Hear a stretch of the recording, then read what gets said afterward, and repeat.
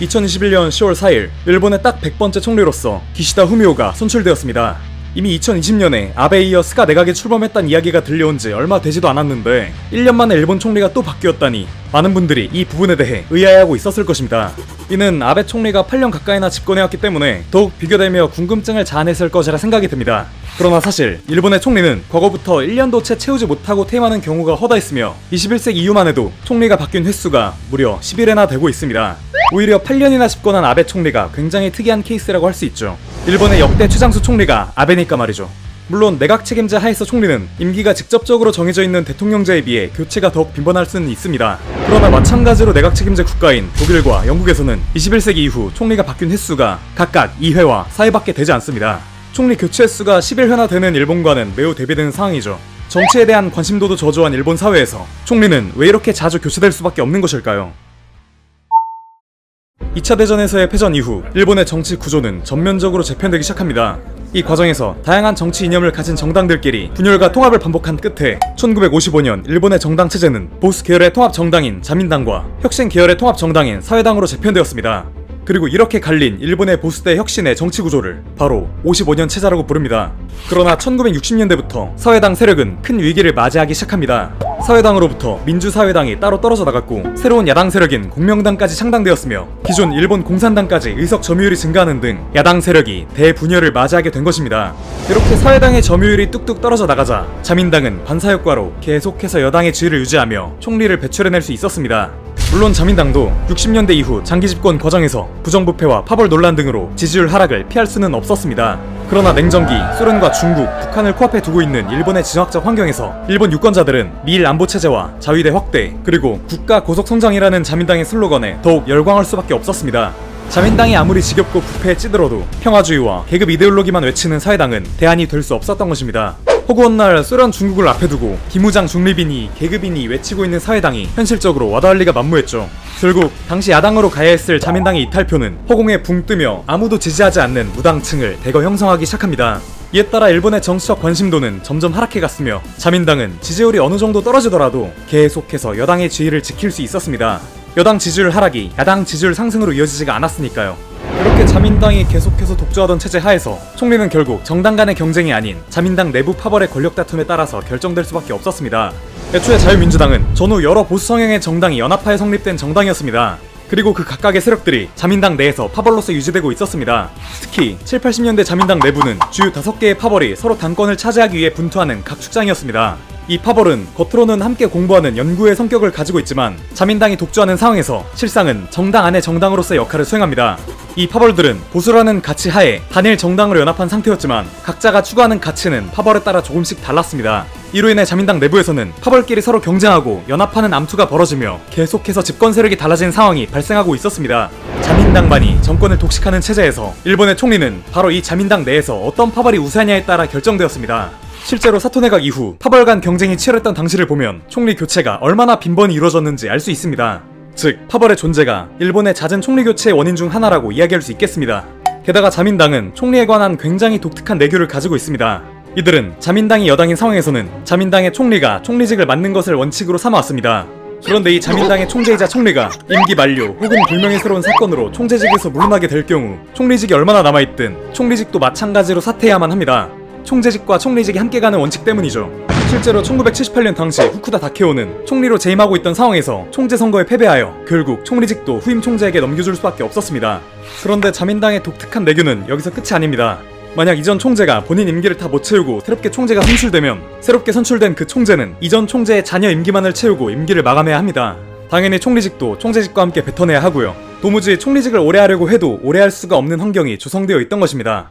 그리고 1990년대가 되어 일본 내부에서도 마침내 고여있던 정치판을 뒤바꿀 기회가 찾아옵니다. 그간 자민당의 독주에 대한 불만과 90년대 버블 경제 붕괴, 그리고 정치인들의 부패 스캔들이 줄줄이 터져나오면서 결국 정치 개혁에 대한 목소리가 커지기 시작한 것입니다.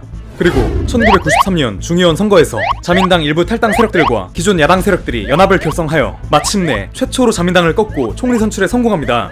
이후 이들 연합 세력을 중심으로 정치 개혁이 이루어지며 자민당 독주를 막기 위한 선거제도 개편까지 이루어질 수 있었습니다. 그렇게 1998년 본격 출범한 민주당을 중심으로 야당 세력이 대통합을 이루면서 마침내 55년 체제 이후 자민당 독주를 막을 경쟁 세력이 등장하게 되었습니다. 2000년대부터 본격 자민당과 민주당의 양대 정당 구도가 이루어지기 시작했으며 이러한 정치역학 변화는 총리의 임기에도 막대한 영향을 끼칠 수밖에 없었습니다.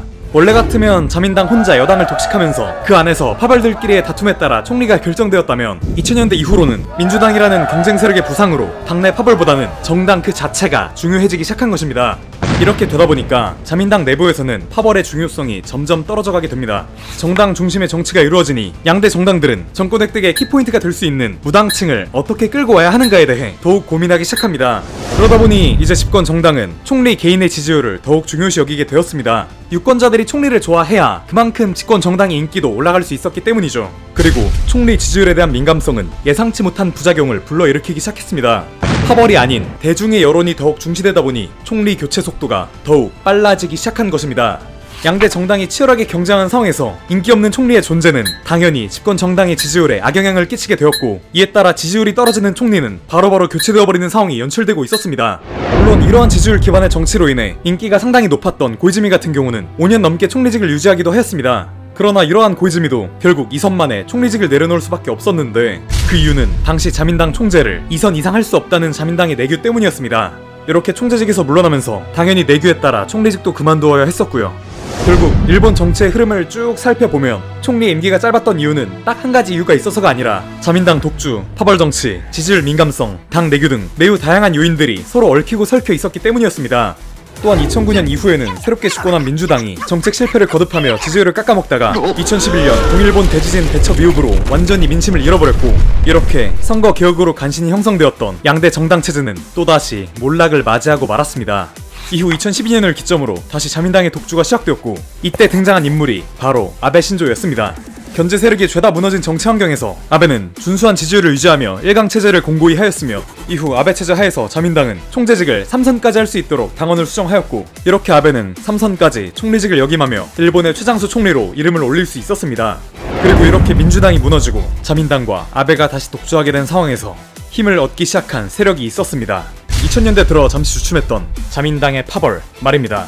아베는 8년간의 장기 집권 기간 동안 자신의 출신 파벌과 충실히 협력하는 파벌들의 좋은 자리를 몰아주었고, 그렇지 않거나 대립하는 파벌은 철저히 외면하는 정치를 펼쳤습니다. 자민당 내에서 파벌들은 비주류가 되지 않기 위해 다른 파벌과 연합하거나 대립하며 또다시 암투가 벌어지기 시작했고, 이렇게 그동안 잠시 주춤했던 파벌 정치는 아베 내각에 이르러 다시금 힘을 받을 수 있었습니다. 이후 아베에 이어 스가가 강력한 경쟁자인 이시바를 꺾고 당 총재와 총리직에 취임할 수 있었던 요인에도 당내 7개의 파벌 중 무려 5개의 파벌이 스가를 전적으로 밀어주었던 배경이 있었습니다. 이후 스가는 자신을 밀어줬던 5개 파벌에 대한 본 인사를 전격 단행하며 당내 파벌의 중요성을 다시금 일깨워 주었습니다. 그러나 스가가 코로나 대응 문제, 소통 부재 등을 이유로 지지율이 급락하자 파벌들의 외면이 이어졌고, 결국 스가는 아베 전 총리의 자녀 임기인 1년만을 짬처리하고 쫓겨나는 신세로 전락하고 말았습니다. 그리고 이번 기시다 총리가 당선된 배경에도 파벌이 있었습니다. 선거 직전이었던 2021년 9월 25일 기시다의 지지율은 17%로 45%의 지지율을 차지한 고노에 한참 미치지 못하는 수치였습니다. 이번 선거에서 국민들은 압도적으로 고노를 지지했지만 기시다는 국회의원들의 압도적인 몰표로 인해 당 총재와 총리로 선출될 수 있었습니다. 파벌 정치로 인해 민심과 괴리된 결과가 나타났던 것이죠. 이처럼 일본 총리의 잦은 교체에는 자민당의 독주, 당 내규, 파벌 정치 등의 다양한 요인들이 있습니다. 이러한 문제점을 해결하기 위해서 1994년의 선거제도 개혁과 2000년대 고이즈미 총리의 파벌 정치 개혁 시도가 있었지만, 최근 스가나 기시다 총리의 사례와 같이 55년 체제 이후로 굳혀져 온 일본의 오랜 관습은 쉽게 변하지 않을 것 같습니다.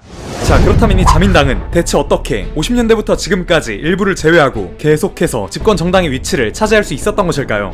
다음 영상은 자민당의 독주에 대해 설명드리도록 하겠습니다. 감사합니다.